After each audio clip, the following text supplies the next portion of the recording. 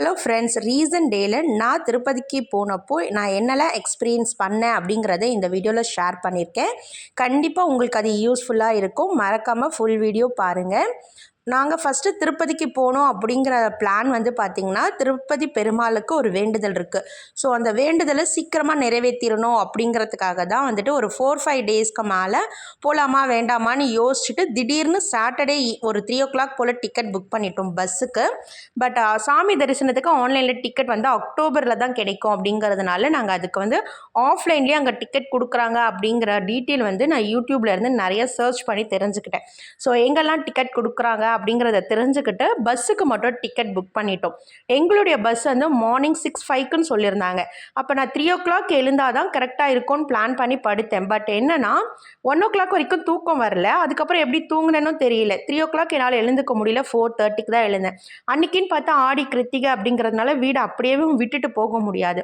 Sink நிறையா பாத்திரம். So நம்ம 3 o'clock தான் எழுந்துக்க போகிறோமே, பொறுமையாக விளக்கிக்கலான்னு ஒரு அசால்ட்டாக வந்து விட்டது தான் பெரிய மிஸ்டேக் ஆகிப்போச்சு. அப்புறம் காலையில் 4:30க்கு எழுந்து பசங்க 2 பேரையும் கிளப்பி நானும் கிளம்பி சிங்க் நிறையா இருந்த பாத்திரம்லாம் விளக்கி வீடு வாசல் பெருக்கி வாசல் கோலம் போட்டு ஆடி கிருத்திகை அப்படிங்கிறதுனால முருகருக்கும் பூஜை எல்லாம் முடிச்சுட்டு நாங்கள் கரெக்டாக எங்களுடைய கேப் வந்து 4:35க்கு வந்தது. 5:35க்கு வந்தது. ஷார்ப்பாக எங்களை 6 o'clock கொண்டு போய் பஸ் கிட்ட விட்டுட்டாங்க. பஸ் எங்களுக்காகவே 10 நிமிஷம் எக்ஸ்ட்ரா வெயிட் பண்ணுச்சு. ஸோ பஸ்ஸில் ஏறி நாங்கள் உட்காந்த உடனேயே வந்துட்டு ஒரு 1.5 hours பிரேக்ஃபாஸ்ட்டுக்கு ஒரு இடத்துல நிறுத்தினாங்க. கரெக்டாக எனக்கு அந்த இடத்தோட பேர் தெரியலை. அங்கே நிறுத்தினதுக்கப்புறம் ஏன்னா 4:30க்கு எழுந்தது அப்படின்றனால பசங்களுக்கும் பசி வந்துருச்சு, எனக்குமே பசி. ஸோ ஃபஸ்ட்டு எங்களோட பிரேக்ஃபாஸ்ட்டை முடிச்சுட்டு அதுக்கப்புறம் அங்கேருந்து கிளம்பி ஷார்ப்பாக 8:45க்கு திருப்பதி பஸ் ஸ்டாண்டில் எங்களை இறக்கி விட்டாங்க.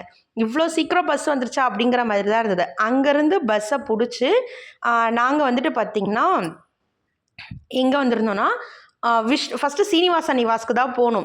அங்கே வந்து பார்த்திங்கன்னா டிக்கெட் வந்து கொடுக்கறதுக்கு ரொம்ப லேட் ஆகும், அது மாதிரி டேட்டும் வந்து தள்ளி போட்டு தருவாங்க அப்படின்னு சொன்னதுனால விஷ்ணு நிவாஸ்க்கு வந்துட்டோம். விஷ்ணு நிவாஸில் கரெக்டாக ஒரு 10:30க்கு ரீச் ஆகிட்டோம். ரீச் ஆனதுலேருந்து எங்களுக்கு முன்னாடி ஒரு 1000 பேர் நிற்கிறாங்க. அவ்வளோ கூட்டம். அப்புறம் அங்கே எங்கள் ஆள் வந்து கொஞ்சம் டென்ஷன் ஆகிட்டார், டயர்டாகவும் ஆகிட்டார். அவர் கொஞ்சம் ரெஸ்ட் எடுக்க கூட என் பையன் ஒரு பக்கம் டென்ஷன் ஆகிட்டான்.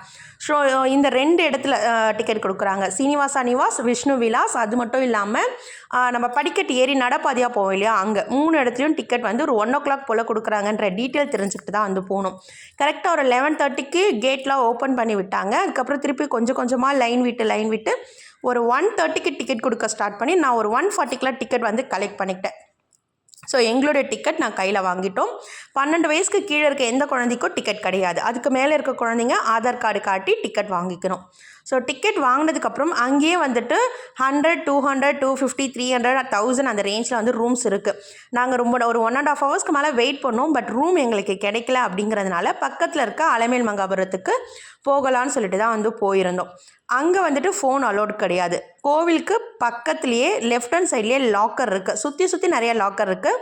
நாங்கள் லெஃப்ட் ஹேண்ட் சைட்லேயே எங்களுடைய திங்ஸ் எல்லாம் லாக்கரில் வச்சுட்டு சாமியை ஒரு 1 hourக்குள்ளேயே தரிசனம் பண்ணிட்டோம். ஏன்னா ஃப்ரீ தரிசனம் தான் பண்ணோம். ஏன்னா அது ரொம்ப கூட்டம் இல்லை. ஆன்லைனில் 200 rupees டிக்கெட் புக் பண்ணிட்டும் போகலாம், இல்லைங்க டேரெக்டாக போய் கூட டிக்கெட் எடுக்கலாம். 50 ரூபா 100 ரூபா தரிசனமும் இருக்குது. நாங்கள் ஃப்ரீ தரிசனத்தில் ஒரு 1 hourக்குள்ளேயே சாமியை பார்த்துட்டு அங்கேருந்து பஸ் பிடிச்சி திருப்பி நாங்கள் திருப்பதி பஸ் ஸ்டாண்டுக்கு வந்து திருப்பதி இடையில எங்களோட லஞ்சும் முடிச்சிட்டோம். ஸோ வீடியோ வந்துட்டு எடுக்கல, நிறைய கொஞ்சம் அங்கங்கே மழை தூரிக்கிட்டே இருந்ததுனால ஃபோனில் பேக் போட்டாச்சு. திருப்பதி பஸ் ஸ்டாண்டில் வந்து திருமலா மலைக்கு போகிற பஸ்ஸில் வந்துட்டு நாங்கள் ஏறி உட்காந்துட்டோம். பஸ்ஸு வந்து ஃபஸ்ட்லாம் வந்து ரொம்ப இந்த ஊர் பஸ் மாதிரி இருக்கும்.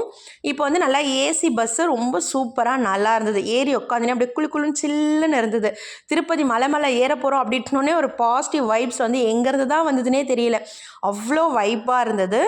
போகிற வழியெல்லாம் அவ்வளோ பெண்டு, அது வளைஞ்சி மொத்தம் ஒரு 27 பெண்டு இருக்குது அப்படின்னு சொல்லிட்டு எப்பயோ தம்பி ஒரு தடவை சொல்லி கேள்விப்பட்டிருக்கேன். அது அப்படியே வளைஞ்சி நெளிஞ்சு போயிட்டு இருந்துச்சு. இந்த வளைவு நெளிவுலாம் பார்க்க சொல்ல தான் தெரிஞ்சது இவ்வளோ கஷ்டப்பட்டு ஒரு ட்ராவலர்ஸ் ஃபீல்டில் இருந்து தான் தம்பி வந்து நமக்கு வந்து வீட்டுக்கு ஒரு இன்கம் கொடுத்துருக்காங்க அப்படின்னு நினைக்க சொல்ல கொஞ்சம் ரொம்ப கஷ்டமாகவே இருந்துச்சு. அப்புறம் இந்த பெண்டுங்க எல்லாம் பார்த்துட்டு அந்த மலைவு, அந்த சூரியனோட ஒளி, இது எல்லாமே ரொம்ப ரம்யமாக இருந்தது. இதெல்லாம் ரசிச்சுக்கிட்டே மேலே மலைக்கு போய் ரீச் ஆகிட்டு அங்கேயுமே ரூம்ஸ் இருக்குது. ஸோ அங்கேயும் போய் நம்ம பார்த்தா அங்கேயும் நமக்கு ரூம்ஸ் வந்து கிடைக்கல. அதுக்கப்புறம் நம்ம எக்ஸ்ட்ரா அதாவது வெளியில் ப்ரைவேட்டாக ரூம்ஸ் எங்கேயாச்சும் இருக்கான்னு யார்கிட்டயாவது கேட்டால் யாருமே வந்து தெரியல இதுதான், இந்த ஒரு பதில் தான். அதே மாதிரி யாருமே வந்துட்டு எங்கே ரெஸ்ட் ரூம் இருக்குது, எங்கே எது கிடைக்கும், எப்படி கோவிலுக்கு போகணும், அந்த எதுவுமே அந்த கோவில் நிர்வாகி அந்த கோவிலில் வேலை செய்கிற யாருமே வந்து சொல்ல மாட்டேங்கிறாங்க. அவங்க பேசுகிற ஒரே லாங்குவேஜ் தெலுங்கு, ஹிந்தி. பக்கத்து ஸ்டேட்டு தமிழ்நாடு. ஸோ தமிழ் தெரியாதான். ஸோ நம்ம ஸ்டேட்டை விட ரொம்ப தூரத்தில் இருக்கிற ஹிந்தி லாங்குவேஜ் வந்து அவங்களுக்கு நல்லா தெரியும் அப்படிங்கிறாங்க. அது மட்டும் இல்லாமல் 8000 கிலோமீட்டர் தாண்டி இருக்க லண்டன். ஸோ அவங்களோட லாங்குவேஜ் இங்கிலீஷ். ஸோ இதெல்லாம் தெரியும் அப்படின்னு சொன்னது எனக்கு கொஞ்சம் ஆச்சரியமாக தான் இருந்தது. நல்ல மழைங்க. நைட்டு எங்களுக்கு விடிய காலையில் 3 மணிக்கு எங்களுக்கு தரிசன டிக்கெட்டு. நாங்கள் 8 மணிக்கிலேருந்து 12 வரைக்குமே ஒரு இடத்துல பெட்ஷீட் போட்டு தான் படுத்துட்டு இருந்தோம். ஸோ இந்த மழையெல்லாம் சமாளித்து குழந்தைங்களையும் பார்த்துக்கிட்டு 12 போல் அப்புறம் நாங்கள் ஒரு இடத்துக்கு போயிட்டு ஃப்ரெஷ் அப் ஆகிட்டு கரெக்டாக 2 நடக்க ஆரம்பித்து 3 ரிப்போர்ட் பண்ணி 5 சாமியை பார்த்துட்டு ஆல்மோஸ்ட் நாங்கள் வெளியில் வர சொல்ல 5:30 நல்லா விடிஞ்ச மாதிரி இருக்குது. சரியான மழை. இந்த மழையில் நாங்கள் இந்த பயணங்கள் தேவையா அப்படின்னு ஹஸ்பண்ட் கத்திக்கிட்டே தான் இருந்தார். பட் இருந்தாலும் என்னுடைய வேண்டுதல் அந்த மாதிரி ஒரு வேண்டுதல்.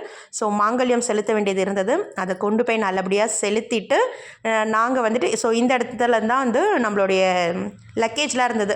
ஸோ அதெல்லாமே கலெக்ட் பண்ணிக்கிட்டு திருப்பி நாங்கள் அங்கேருந்து பஸ் பிடிச்சி கீழே திருப்பி எங்களோட பிரேக்ஃபாஸ்ட்டையும் முடிச்சுட்டு அதுக்கப்புறம் சென்னைக்கு பஸ் ஏறி நாங்கள் வந்துட்டோம். மலையிலேருந்து கீழே இறங்கினது வந்து பார்த்திங்கன்னா ஜீப் வழியாக தான் வந்திருந்தோம். ரொம்ப அது ஒரு நல்ல எக்ஸ்பீரியன்ஸாக இருந்தது. ஸோ இப்படி தான் எங்களுடைய திருப்பதி பயணங்கள் இருந்தது. உங்களுக்கு வீடியோ பிடிச்சா மறக்காமல் லைக் பண்ணி சப்ஸ்கிரைப் பண்ணுங்கள்.